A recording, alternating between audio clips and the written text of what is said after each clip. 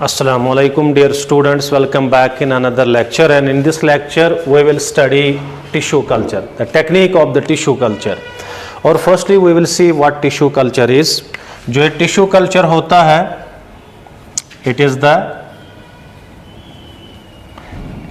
in vitro growth of cells,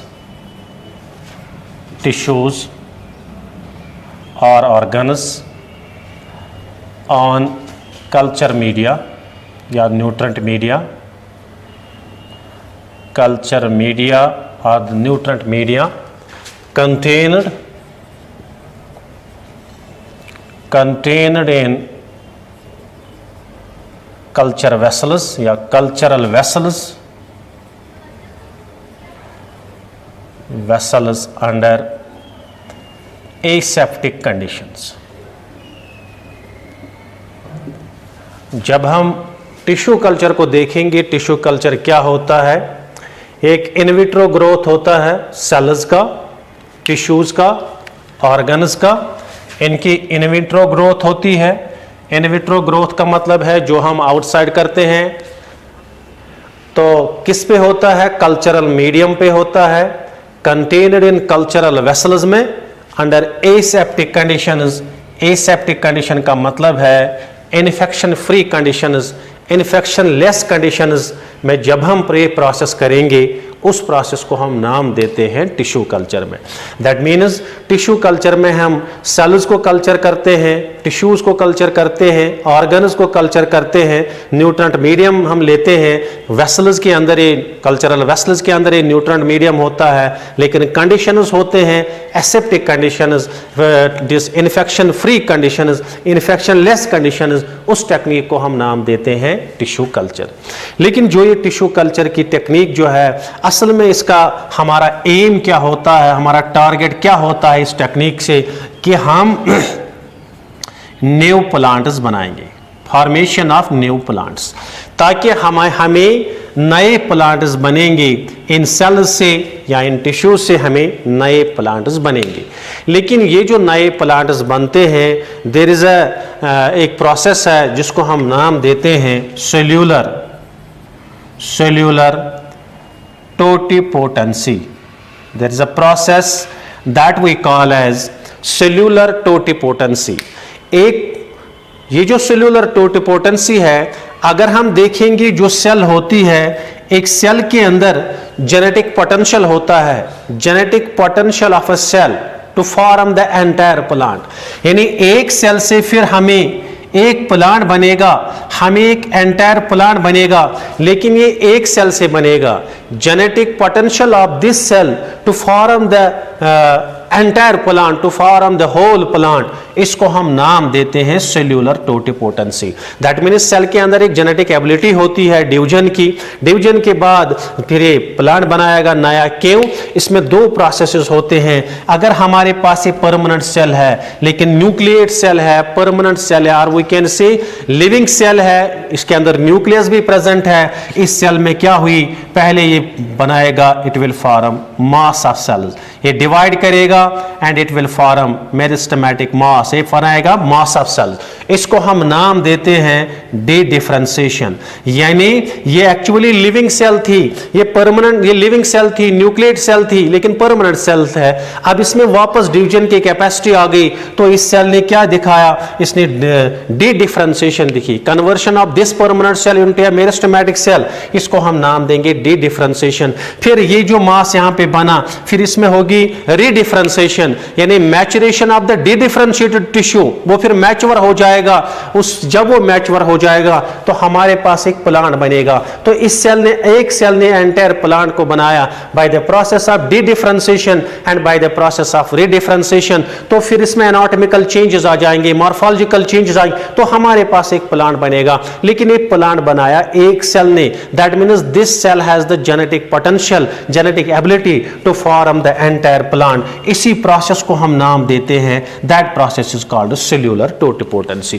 तो tissue culture का target होता है न्यू प्लांट्स को बनाना, लेकिन ये न्यू प्लांट्स कैसे बनते हैं? ये बनते हैं by the process of cellular totipotency. Cellular totipotency का मतलब है जेनेटिक एबिलिटी होती है सेल में डिवीजन की, और एक सेल से genetic potential of a cell to form the entire plant, एक सेल से एक प्लांट बनेगा। लेकिन इसमें पहले ये सेल डिवाइड करेगी, ये परमानेंट थी, अब ये डिवीजन करेगी, मेरिस्टेमेटिक बनेगी, that is called D differentiation. फिर ये डी डिफरेंशिएटेड टिश्यू से हमें प्लांट बनेगा, maturation of D differentiated tissue की मैच्योरेशन हो जाएगी तो हमें प्लांट बनेगा, दैट इज कॉल्ड री डिफरेंशिएशन। उस तरह से प्लांट बन सकता है। लेकिन जो ये टेक्निक है टिश्यू कल्चर की, ये पहले दी है हाइबरलैंड ने, गोटलिब हाइबरलैंड, हाइबरलैंड। यानी अगर हम देखेंगे पहले ये टेक्निक जो है ये पहले दी है, डिस्कवर की है ये टेक्निक, दैट इज गोटलिब हाइबरलैंड ने। लेकिन ये उसको सक्सेस नहीं मिला क्योंकि जो इसने न्यूट्रेंट मीडियम बनाया उसमें इनएडिक्वेसी थी न्यूट्रेंट्स की, तो वहां पे उसकी वजह से इसको सक्सेस नहीं मिला। लेकिन इस गोटलिब हाइबरलैंड को हम father of tissue culture, he is called the father of tissue culture, इसको टिश्यू कल्चर का फादर माना जाता है। इसके बाद और एक साइंटिस्ट आया, स्टीवर्ड। ये जो स्टीवर्ड है, इस स्टीवर्ड को सक्सेस मिला तो उसने फिर एक कैरेट प्लांट बनाया, through the process of tissue culture, और इसको फिर सक्सेस मिली। जिसको सक्सेस नहीं मिला, लेकिन ये फादर ऑफ टिश्यू कल्चर भी है, लेकिन स्टीवर्ड को फिर सक्सेस मिली। और इस टिश्यू कल्चर की जो टेक्निक है, इस टिश्यू कल्चर की टेक्निक में जो डिफरेंट स्टेप्स आते हैं, वो डिफरेंट स्टेप्स क्या क्या है? Number 1, there are different steps for this tissue culture. इस टिश्यू कल्चर के लिए डिफरेंट स्टेप्स है। पहला स्टेप जो इसमें है, पहला स्टेप है दैट इज एक्सप्लांट। पहला स्टेप जो इसमें है जिसको हम नाम देते हैं एक्सप्लांट। एक्सप्लांट का मतलब क्या है? एक्सप्लांट का मतलब है any part used, any plant part used. जो कोई भी हम प्लांट पार्ट यूज करेंगे टिश्यू कल्चर के लिए, चाहे वो पार्ट होगा रूट से, चाहे वो पार्ट होगा स्टेम से, चाहे वो पार्ट होगा लीफ से या लीव्स से, चाहे वो पार्ट होगा फ्लावर से, कोई भी पार्ट, रूट का पार्ट जो हम यूज करेंगे, या स्टेम का पार्ट हम यूज करेंगे, या लीव्स का पार्ट हम यूज करेंगे, या फ्लावर का पार्ट हम यूज करेंगे, उसको हम नाम देते हैं that we call as explant. लेकिन खासकर जब हम यंग पार्ट लेते हैं, वो ज्यादा क्विक रिजल्ट्स दिखाता है, अच्छा रिजल्ट्स दिखाता है, this we call as explant. This is the number 1। Number 2 step जिसको हम नाम देते हैं, सेकंड जो है दैट इज कल्चर मीडिया और कल्चर मीडियम। ये जो कल्चर मीडियम है, ये culture medium this the second step, culture medium. ये कल्चर मीडियम क्या होता है? ये मिक्सचर होता है, मिक्सचर ऑफ सबस्टेंसेस का इन एप्रोप्रिएट अमाउंट, एप्रोप्रिएट क्वांटिटी और अमाउंट, या अप्रोप्रिएट प्रोपोर्शन भी हम लिख सकते हैं। Mixture of substances in appropriate amount, in appropriate quality, तो उसको हम ये नाम देते हैं कल्चर मीडिया। इस कल्चर मीडिया के अंदर क्या होता है? इसमें प्रेजेंट होता है सक्रोस, इसमें प्रेजेंट होता है सक्रोस, इसमें प्रेजेंट होते हैं इनऑर्गेनिक न्यूट्रेंट्स, इसमें प्रेजेंट होते हैं विटामिन्स, सम विटामिन्स, इसमें प्रेजेंट होते हैं सम एमिनो एसिड्स, इसमें प्रेजेंट होते हैं ग्रोथ हार्मोन्स। दैट मीन्स जो एक कल्चर मीडियम होता है, इसमें सक्रोस प्रेजेंट होता है। ये सक्रोस एनर्जी देता है, और we can say carbon and energy source होता है। और सेकंड, इसमें इनऑर्गेनिक न्यूट्रेंट्स प्रेजेंट होते हैं। इनऑर्गेनिक जो न्यूट्रेंट्स है, different types of inorganic nutrients, वो इसमें प्रेजेंट होते हैं, या इनऑर्गेनिक एलिमेंट्स। इसमें कुछ विटामिन्स प्रेजेंट होते हैं, इसमें कुछ अमीनो एसिड्स प्रेजेंट होते हैं, लाइसिन है, आर्जिनिन है, lysine, arginine, lysine, arginine, these are the amino acids. इसमें ग्रोथ हार्मोन्स प्रेजेंट होते हैं, ऑक्सिन्स प्रेजेंट होते हैं, साइटोकाइनिन्स प्रेजेंट होते हैं, and this will form the culture media. There are different types of culture media. Culture media बहुत किस्म के हैं, लेकिन जो बेस्ट कल्चर मीडिया है that we call as MS media. MS media याद रखना, best culture media that we call as MS media. Murashige and Skoog's media, Muresh and Sukog's media. This is the best media, this culture media, which we call as MS media, or we can say Muresh and Sukog's media. This is the media. That means second step, this is culture media. Now, the third step, उसको हम नाम देते हैं aseptic conditions.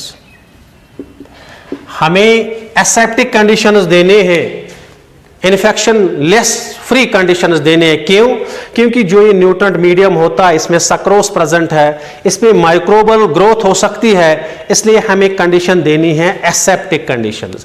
Aseptic conditions हमें किसको देनी है? हमारे पास प्रेजेंट है एक्सप्लांट, हमारे पास प्रेजेंट है गिलासवियर्स या फोरसेप्स, हमारे पास प्रेजेंट है कल्चर रूम या कल्चर मीडिया, हमारे पास प्रेजेंट है कल्चर रूम। यानी हमें एसेप्टिक कंडीशंस देने हैं, लेकिन जब हम एसेप्टिक कंडीशंस देंगे, एक्सप्लांट को हमें एसेप्टिक कंडीशंस देने हैं, हमें गिलासवियर्स फोरसेप्स को जो हम यूज करते हैं उनको का हमें एसेप्टिक कंडीशंस देने हैं, कल्चर मीडिया को हमें एसेप्टिक कंडीशंस देने हैं, और कल्चर रूम को हमें एसेप्टिक कंडीशंस देने हैं। जो ही हमारे पास एक्सप्लांट होता है इसमें हम स्टरलाइजेशन करते हैं, that is called surface sterilization. हम एक्सप्लांट की स्टरलाइजेशन करते हैं, उसको हम नाम देते हैं surface sterilization by means of sodium hypochlorite. Sodium hypochlorite by means of mercuric chloride. Sodium hypochlorite की वजह से, मर्क्यूरिक क्लोराइड की वजह से, बोरेक्स वाटर की वजह से हम एक्सप्लांट की सरफेस स्टरलाइजेशन कर सकते हैं, ताकि इसमें कोई इन्फेक्शन अगर होगा, कोई माइक्रोब होगा, कोई इन्फेक्शन होगा, वो खत्म हो जाएगा। इसके बाद जो हमारे पास फोरसेप्स है, गिलास वायर्स है, जो हम यूज करते हैं, तो इनको हम क्या देंगे? इनको हम यूवी रेडिएशंस देंगे, यूवी रेज।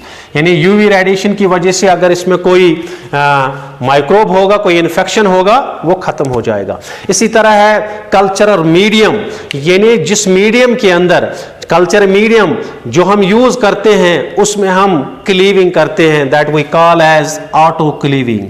ऑटो क्लीविंग यानी इसमें हम प्रोसेस ऑफ ऑटो क्लीविंग करते हैं, हाई टेम्परेचर देते हैं, स्टीम देते हैं, उसकी वजह से हम इसको हम एसेप्टिक बनाते हैं। इसी तरह है कल्चर रूम। कल्चर रूम में हम क्या करते हैं? हम यूवी रेज की वजह से हम यूवी ट्यूब्स, जिस रूम में हम ये प्रोसेस करेंगे उसमें हम पहले से यूवी ट्यूब्स ऑन करते हैं, उसकी वजह से अगर कोई इन्फेक्शन वहां पे होगा वो खत्म हो जाएगा। तो इस तरह से this is the third step कि हमने एसेप्टिक कंडीशंस बनाए। और now the fourth step is culturing and subculturing. Fourth step, that is culturing and subculturing. हमें अब प्रोसेस करनी है जिसको हम नाम देते हैं कल्चरिंग और सब कल्चरिंग, क्योंकि हमारे पास अब मीडिया प्रेजेंट है, हमने एक्सप्लांट को सरफेस स्टरलाइज किया, सरफेस स्टरलाइजेशन की। अब हम ये एक्सप्लांट लेंगे, एक्सप्लांट, लेकिन ये जो एक्सप्लांट है this is the treated explant और द सरफेस स्टरलाइज्ड एक्सप्लांट। इस एक्सप्लांट को हम क्या करेंगे? इसको हम मीडियम में डालेंगे। हमने एक्सप्लांट को लिया, हमने मीडियम में इसको डाला। जब हमने एक्सप्लांट को, मान लीजिए दिस इज द एक्सप्लांट, हमने एक्सप्लांट को मीडियम में डाला, this explant will now form, it will form mass of cells. ये मास ऑफ सेल्स बनाएगा, दैट मीन्स ये फॉर्म करेगा कैलस।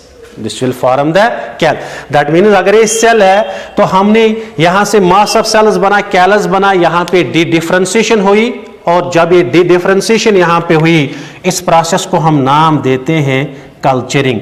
यहाँ पे हमें मास ऑफ सेल्स बना, कैलस बना, इसको हम नाम देंगे culturing.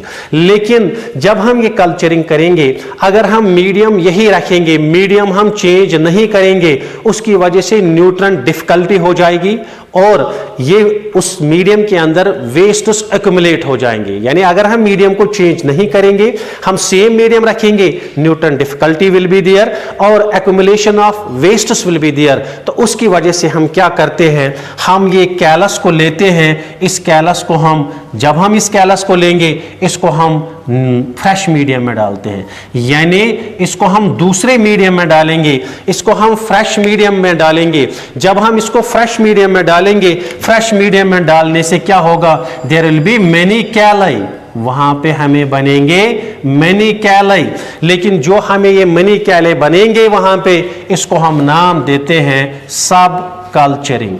This process is called सब कल्चरिंग, कि हमारे पास अब मेनी कैले बनी, हमारे पास अब सब कल्चरिंग हुई तो बहुत सारे कैले बने। और जो हम यहाँ पे मीडियम यूज करते हैं, मीडियम फॉर कल्चरिंग एंड सब कल्चरिंग, जो ये कल्चरिंग है और जो सब कल्चरिंग है, इसके लिए जो हम मीडियम यूज करते हैं, that is called basal medium. That medium is called the basal medium। इसमें हम ऑक्सिन भी यूज करते हैं, ऑक्सिन भी हम इसमें हम साइटोकाइनिन भी यूज करते हैं, साइटोकाइनिन। ऑक्सिन हम यूज करते हैं 2,4-D, साइटोकाइनिन हम यूज करते हैं बैप। 2,4-D का मतलब है 2,4-डाइक्लोरोफेनॉक्स एसिटिक एसिड। बैप का मतलब है बेंजाइल एमाइनोप्यूरिन, बेंजाइल एमाइनोप्यूरिन, यानी इनका रेशो होता है 1:1। इन दोनों का रेशो होता है 1:1। तो हमने फोर्थ स्टेप किया कल्चरिंग एंड सब कल्चरिंग। हमने वो वाला एक्सप्लांट लिया जिसमें हमने सरफेस स्टरलाइजेशन की, इसको हमने मीडियम में डाला। जब हमने मीडियम में डाला तो एक्सप्लांट क्या करेगा, इस एक्सप्लांट में क्या होगा, इस एक्सप्लांट ये तो रिडिफरेंशिएशन करेगा, मास ऑफ सेल्स बनाएगा, ये कैलस बनाएगा। लेकिन अगर हमारा टारगेट होगा खाली कैलस बनाना, तो फिर हमें मीडियम को सॉलिडिफाई करना है, सॉलिडिफाई, फिर हमें मीडियम को सॉलिडिफाई करना है। तो इसमें 2 to 3 वीक्स लगते हैं। ये प्रोसेस डार्कनेस में होती है, 2 to 3 वीक्स इसमें लगते हैं। लेकिन जब हमारे पास एक कैलस बना, अगर हम मीडियम को चेंज नहीं करेंगे तो उसकी वजह से क्या होगा, न्यूट्रन की डिफिकल्टी हो जाती है। उसकी वजह से क्या होता है, उसकी वजह से वेस्ट एक्युमुलेट हो जाते हैं। तो हम इस कैलस को निकालते हैं, इसमें हम दूसरे मीडियम में डालते हैं, फ्रेश मीडियम में डालते हैं, तो फिर मनी कैले हमारे पास बनेंगे, उसको हम नाम देते हैं सब कल्चरिंग। और जो हम कल्चरिंग और सब कल्चरिंग के लिए जो हम मीडियम यूज करते हैं, इसको हम नाम देते हैं बेसल मीडियम। इसमें ऑक्सिन और साइटोकाइनिन का रेशो 1:1 होता है। ऑक्सिन हम यूज करते हैं 2,4-D, 2,4-डाइक्लोरोफेनॉक्स एसिटिक एसिड, और हम साइटोकाइनिन यूज करते हैं बैप, यानी benzyl aminopurine. This is the cytokinin. इस तरह से हमने कल्चरिंग की और हमने सब कल्चरिंग की। इसके बाद जो हमारा 5th स्टेप है, that is formation of plantlets या plantlet formation. We can say this is next step जो 5th है, that is plantlet formation, plantlet formation, और we can say formation of plantlets. अब हम कैसे प्लांटलेट्स बनाएंगे, हमने कैलाई लिए, कैलाई, इनको हमने ब्रेक किया पीसेस में, हमने इनको ब्रेक किया, हमने इनको पीसेस में ब्रेक किया। तो फिर हम इन पीसेस को हम मीडियम में डालते हैं, उसको हम नाम देते हैं डिफरेंशिएटिंग मीडियम, डिफरेंशिएटिंग मीडियम। जब हमने इनको डिफरेंशिएटिंग मीडियम में डाला है ना, हमने कैलाई को लिया, इनको ब्रेक किया पीसेस में, फिर हमने डिफरेंशिएटिंग मीडियम में डाला। ये डिफरेंशिएटिंग मीडियम क्या होता है, ये यही होता है, ऑक्सिन यहां पे होता है 2,4-D और साइटोकाइनिन होता है बैप, BAP, बेंजाइल एमाइनोप्यूरिन। लेकिन इनका रेशो, ऑक्सिन साइटोकाइनिन का रेशो ये 1:1 नहीं होता है। लेकिन हमने क्या किया, हमने कैलाई लिए। जब हमने कैलाई लिए तो इन कैलाई को हमने पीसेस किए, इसके बाद हमने डिफरेंशिएटिंग मीडियम में डाला जहां पे ऑक्सिन साइटोकाइनिन का रेशो 1 के बराबर नहीं होता है। तो हम इनको for example we can say this is the medium, यानी वेसल है हमारे पास, दिस इज द मीडियम, इसमें हमने डिफरेंशिएटिंग मीडियम लिया और डिफरेंशिएटिंग मीडियम में हमने कैलाई लिया, पीस ऑफ कैलाई। और ये क्या करेगा, क्योंकि इसमें ऑक्सिन भी प्रेजेंट है, साइटोकाइनिन भी प्रेजेंट है, यहां से हमारे पास बनेगा there will be the plantlet, जिसमें रूट फॉर्मेशन भी हो जाएगी, जिसमें शूट फॉर्मेशन भी बनेगा, इसमें इंसेशन ऑफ रूट भी होगा, इंसेशन ऑफ शूट भी होगा। दैट मीन्स वी कैन से यहां पे प्लांट लाइक स्ट्रक्चर भी अब बना, morphogenesis, that we call as morphogenesis. या हम कहेंगे इसमें रूट भी बना, इसमें शूट भी बना, इसमें ऑर्गेनोजेनेसिस हो गई, ऑर्गेनोजेनेसिस। और वी कैन से इसमें रिजनरेशन, रिजनरेशन, या तो हम मॉर्फोजेनेसिस कहेंगे, या तो हम ऑर्गेनोजेनेसिस कहेंगे, या तो हम रिजनरेशन कहेंगे। तो हमारे पास अब प्लांटलेट बना, इसको हम नाम देते हैं, इसने हमने टिश्यू कल्चर से बनाया, इसको हम नाम देंगे प्लांटलेट। इस तरह से हम बहुत सारे प्लांटलेट्स यहां पे बना सकते हैं। इस प्रोसेस को हम नाम देते हैं formation of plantlets. Now next जो स्टेप है उसको जो हमारे पास अब लास्ट स्टेप होगा, this is establishment in the field, establishment in the field. अब हमें इस प्लांटलेट को हमें एस्टैब्लिश करना है, इसको हमें एस्टैब्लिश करना है अब फील्ड में। जब हम इसको फील्ड में एस्टैब्लिश करेंगे तो हम इसको क्या करेंगे, हम इसको लाइट देंगे, या हम कहेंगे हाई ह्यूमिडिटी देंगे, इसको हम रिड्यूस्ड लाइट देंगे, हाई ह्यूमिडिटी देंगे, तो उसकी वजह से ये रेजिस्टेंट बन जाएगा। जब ये रेजिस्टेंट बन जाएगा तो उस प्रोसेस को हम नाम देंगे हार्डनिंग, इसको हम नाम देंगे, that process is called hardening. तो हमने क्या किया, हमने इस प्लांटलेट को, हमने इसको रिड्यूस्ड लाइट दिया, हमने इसको हाई ह्यूमिडिटी दी, इसकी वजह से रेजिस्टेंट बना एनवायरमेंटल कंडीशंस की तरफ, तो इस प्रोसेस को हम नाम देंगे हार्डनिंग। हार्डनिंग के बाद हम इसको फील्ड में लगा सकते हैं। तो हमने इसको हम फील्ड में डाल सकते हैं। तो हमने प्लांट बनाया, अगर हम देखेंगे हमने ये प्लांट बनाया, ये तो हमने सेल से बनाया, ये तो हमने एक्सप्लांट से बनाया, इस एक्सप्लांट को हमने कल्चर मीडियम में रखा, फिर यहां पे ग्रोथ हुई तो हमें एक प्लांट बना। इसी टेक्निक को हम नाम देते हैं, that technique we call as tissue culture technique. उसी प्रोसेस को हम नाम देते हैं, उसी टेक्निक को हम नाम देते हैं, that technique we call as tissue culture technique. और जो ये टिश्यू कल्चर टेक्निक है, अगर हम टिश्यू कल्चर में देखेंगे, और इस टिश्यू कल्चर के अंदर दो चीज है यहां पे, एक मीडियम है that is called the callus culture, यानी there are two types of cultures. One is called the callus culture, and second is called the suspension culture, suspension culture. ये जो कैलस कल्चर होता है और सस्पेंशन कल्चर होता है, पहले हम कैलस कल्चर की बात करेंगे। ये क्या होता है, कैलस कल्चर में जो मीडियम होता है, मीडियम ये सॉलिड होता है, क्योंकि हमने अभी हमने ये देखा, अगर हमारा टारगेट कैलस बनाना होगा तो हमें मीडियम को सॉलिडिफाई करना है। तो ये मीडियम जो होता है ये सॉलिड होता है, और जो ये कैलस होता है हमारे पास, ये जो कैलस होता है, हम इस कैलस को मीडियम में रखते हैं। हमने कैलस को मीडियम में रखा, अभी हमने देखा कि जब हम कैलस को, जब हम एक्सप्लांट को, कैलस को नहीं, जब हम एक्सप्लांट को मीडियम में रखते हैं तो वहां पे there is formation of the callus. तो हमारे पास कैलस बनेगा, जब कैलस बनेगा इस कैलस की फिर हम सब कल्चरिंग करते हैं, सब कल्चरिंग। जब हम कैलस की सब कल्चरिंग बनते हैं तब मनी कैलाई बनते हैं। इन कैलाई को तो हम पीसेस करते हैं, जब हम इनकी पीसेस करते हैं कैलस की, तो इन पीसेस को फिर हम डिफरेंशिएटिंग मीडियम में डालते हैं। जब हम डिफरेंशिएटिंग मीडियम में डालते हैं तो वहां से फिर हमें प्लांटलेट बनता है। इस प्लांटलेट की फिर हम हार्डनिंग करते हैं, हार्डनिंग के बाद इसमें हम फिर फील्ड में लगाते हैं।